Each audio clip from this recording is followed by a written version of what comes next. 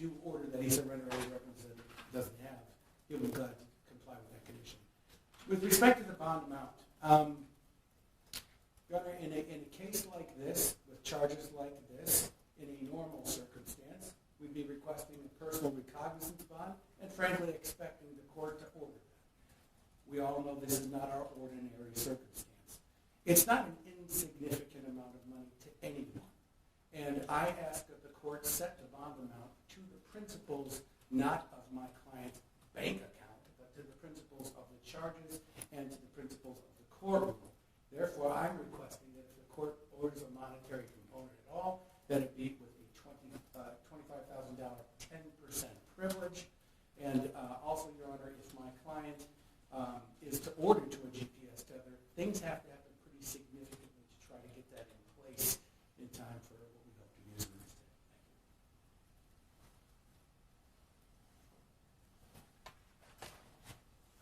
Thank you. Mr. Moore, could you state your name, please? Sherrone Moore. Sir, you are not to use alcohol, marijuana, or any other controlled substance that is not prescribed to you. You are not to possess or purchase a firearm or any other dangerous weapon. You are not to engage in criminal conduct of any kind whatsoever. You may not leave the state of Michigan without permission of the court. Prior to your release, you will be placed on a GPS tether. You will not be released before that GPS tether is placed upon you. You must continue all mental health treatment as a condition of your bond. The named victim in this case will not be placed on the record. You may not have contact with that individual. That means no calling, no writing, no video chatting, no texting, no emailing, or any other form of contact the human mind can possibly fathom. No one in the world thinks that this person is going to reach out to you.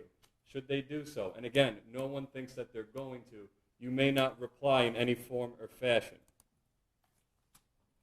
The named victim's address will not be placed on the record.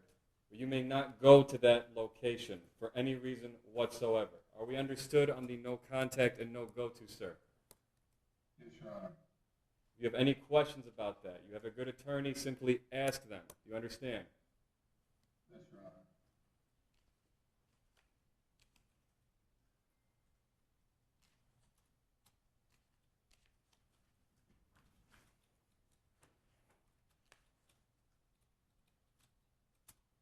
Bond will be set in the amount of $25,000 cash surety, as requested by the prosecution's office.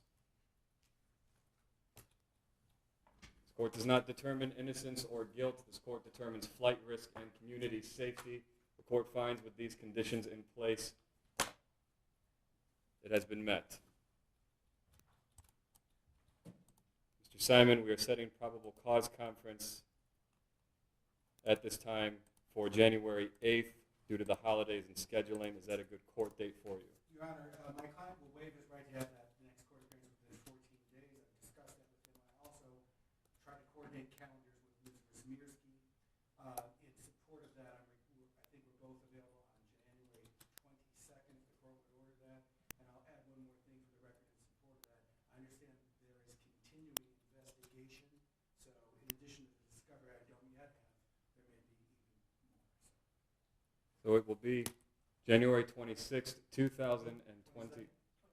15, 22nd. January 22nd, then. January 22nd, 2026, 9 a.m., 14A1 District Court, Courtroom C. That will be in person. Sir, do not violate these bond conditions. Follow all orders of the court. Stay in contact with your lawyer. That concludes this hearing. Thank you, Your Honor. Thank you very much.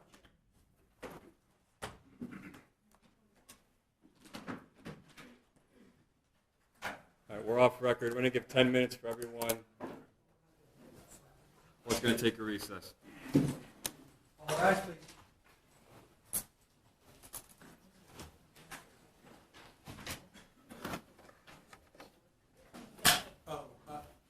Magistrate, if Katie, can you put? Katie. Hang on. Still devices everywhere.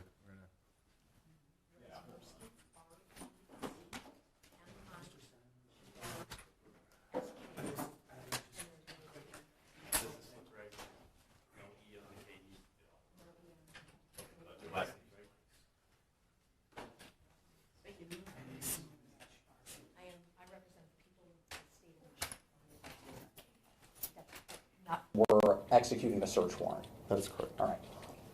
That being said, are you confident that the scene had not been contaminated, or are you confident, or do you have any reason to believe the scene was contaminated, or that your ability to investigate the cause and origin of this fire would somehow be hampered?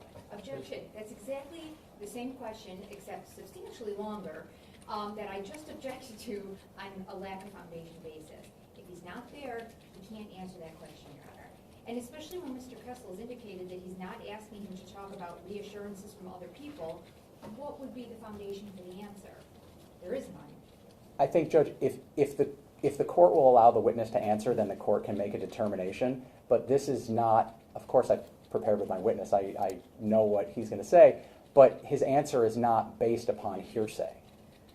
Then if there's no hearsay, okay, which obviously I would object to also, then there's no foundation, because there's no, what's the source of the information? He's not there. Judge, again, I think if the witness answers and if the court wants to strike the testimony, it can. But his opinion is that the scene was maintained. And I don't think you have an issue with him having that opinion. I do. I absolutely do, Well, because he's not there to have that opinion. Well, Judge, I think anyone can have anyone, whether it's an expert or not, can have an opinion about anything. And now I'm asking him to explain the basis of his opinion. Whether that opinion comes in, Your Honor, in part is based on whether or not that every witness has to have personal knowledge about what they're going to testify about. You know, if there was some runaround with hearsay or whatever, Mr. Kessel's indicating that's not it. But if he's not there, there is no basis for his opinion, so there's a lack of foundation, which also means there's a lack of relevance. Because, respectfully, I'm not insulting you, sir. How can he even have an opinion or a determination? He can't. You would have to call one of the other people who was present at the scene.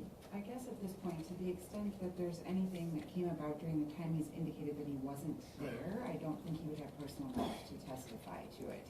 If there's something that came about at some other point after or when he returned to close the locks that he can testify about, that's appropriate. But I don't think it would be appropriate for me to allow him to testify about something that did or did not occur at that location at a time that he wasn't there.